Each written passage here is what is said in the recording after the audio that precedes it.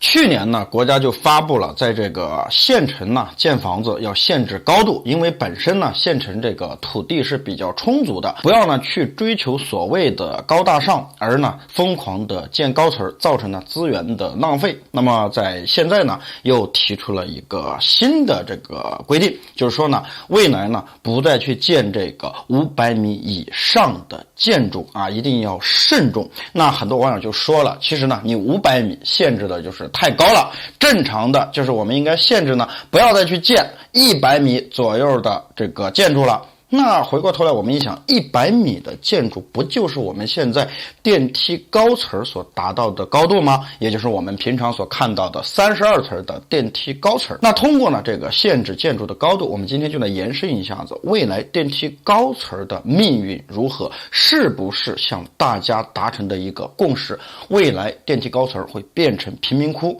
如果大家有什么不同的意见呢，都可以在评论区进行留言互动。首先第一点就是火灾问题，很多人觉得发生火灾和我没有关系，但是生活中的意外往往就在我们的身边。虽然说呢，现在消防呢做的也很到位了，而且呢居民的意识也提高了，但是呢，在12年前，也就是2010年的时候，当时呢房产正在高速发展，上海的1115特大火灾就给我们呢提了一个很大的警醒。当时呢是一个公寓楼着火，造成了58人遇难。那我们可以想象一下，这个电梯高层的火灾是多么的可怕。电梯高层呢，一旦发生火灾以后，它有2个特点。第一个呢，就是燃烧特别的迅速；第二呢，就是火势蔓延的特别快，因为呢，它有一个烟囱效应。那么在2017年呢，就是伦敦的一个电梯高层住宅呢，就发生了火灾，从第2层烧到了这个楼的最高层，也就是27层，仅仅用了15分钟的时间，甚至呢，给很多人都没有反应的时间。那很多人就讲了，你这个说的就是一个概率问题，对吧？开车也不是天天出车祸。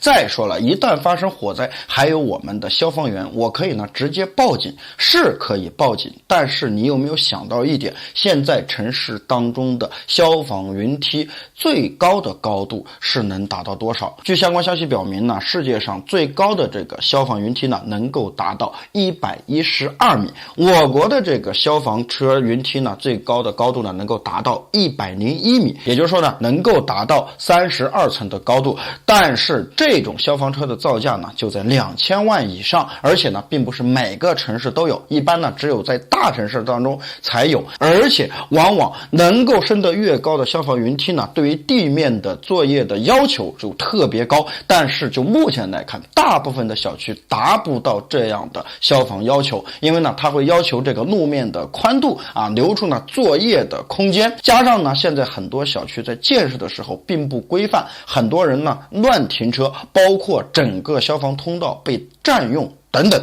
这些呢都是隐患。目前呢，我们主流的这个消防车呢，一般有6种高度，那分别呢是19米、26米、32米、39米、44米、53米啊。最常见的呢就是53米，也就是我们所说的能够达到电梯高层的17层到18层。所以呢，这也是为什么以前我们在视频当中就跟大家讲过，我们去买住宅呢，最好不要超过20层，不要呢去看表面上的视野好、隐私性强，你所有的享受呢都是建立在安全之上。那么第2点呢，就是关于电梯高层保养的问题。很多人呢不以为然，说房子住还能住坏吗？但是呢，你要想到一点，为什么我们国家很多地方的房子在拆迁，但是这些房子基本上也就是呢30年到40年之内建成的。我们呢也很少能够看到70年的住宅，虽然说呢我们的这个房屋产权是70年，但是大部分的住宅呢到了30年到40年都已经被拆迁了。要知道呢，我们国家的房改是从1998年开始的，到现在呢也不过20年左右。但是呢，你要想一想，之前建的房子呢，很多是不牢固的，以现在的安全标准呢，它根本不达标。所以呢，等房子慢慢的老化了以后呢，一系列的问题就出现了。比如说我们频繁用的这个管道啊、电线等等，那么涉及到公摊部分的这个钱到底由谁来出？可能呢，当维修基金用完的时候，那么争论呢就出现了，有可能呢你出他不出，到最后呢就没有下文，只能够呢搬走或者说将就着住。那么还有一点呢，就是我们在电梯高层当中所注意到的这个电梯电梯呢是有维护好，即使你的质量再好，那么电梯在运行到15年到20年的时候就必须进行更换。有的时候我保养的非常好，那么到了30年可不可以？你是不是也需要更换？但是30年沧海桑田，所有的事情都变了。即使这个小区在当初入住率是100%，但是随着30年时间的变迁，很多人已经不在这儿住了，甚至呢很多原房主已经把房子租出去了。那么这个时候想要更换电梯以及相关的配套，那么这个钱该谁出，怎么出都得不到一个统一。这也是现在呢很多这个电梯高层，包括商场，有的时候呢这个明明有2部电梯，但是呢有一部长期坏掉。那还有第3点呢，就是电梯高层的未来是堪忧的。我们知道呢，从这个2020年开始就说到了我们呢要把棚改变旧改，但是呢你有没有想过一个问题，这些钱是不是都没有让我们老百姓自己出，也没有呢让业主出，那是谁掏的钱呢？是政府给我们掏的钱。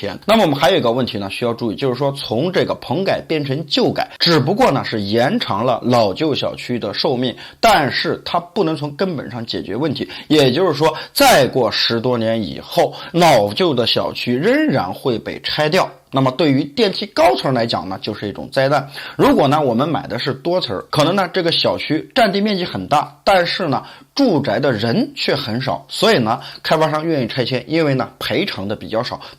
就是说成本比较少。但是呢电梯高层就陷入了这么一个魔咒。当前的一个模式下呢，开发商拿地呢是需要竞拍的，谁出的钱高谁就拿这块地，那么本身它的成本就高。但是呢开发商在备完案以后呢，往外出售的时候呢，也不是说无限的加价，它有一个呢限涨令，也就是说呢你卖的价格不能够超出某一个刻度。那么这个时候利润空间被再一次的压榨，那开发商就想到了一个办法，就是呢把这个房子无限的加高，建成32层的。因为呢100层以上呢对于安全等各方面的要求呢又高了一步，所以呢成本会更高。那么一般的开发商呢就会把这个高度卡在100米左右。那么如果一旦涉及到拆迁呢，那么一栋楼住的人又多，拆迁的成本太高，根本拆不起。包括呢这个电梯高层所建的这个户型呢也不尽人意变成鸽子笼。我想呢大概率很多子女在城市当中发展都是想把父母呢接到城市里边去住，但是很多父母呢不愿意来城市当中住，就是因为电梯高层呢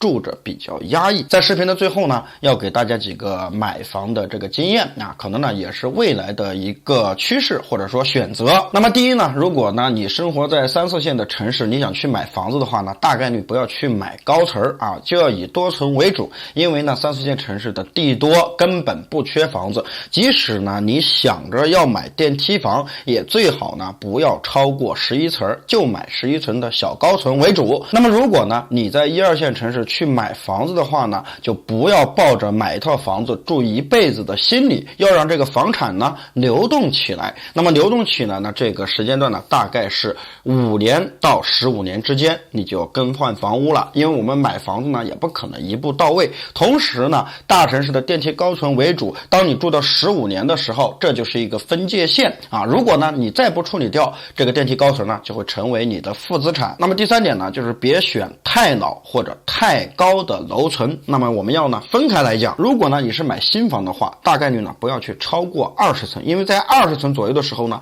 采光已经足够了，没有必要呢买太高。如果呢你是买二手房的话呢，那一定记住呢要买2003年以后的住宅。为什么呢？以前的房子是砖混结构，03年以后呢就出现了钢混结构或者说框架结构，这样的房子住起来呢相对来说安全一些。好了，今天的视频呢就讲到这里了，我们下期视频再见，拜拜。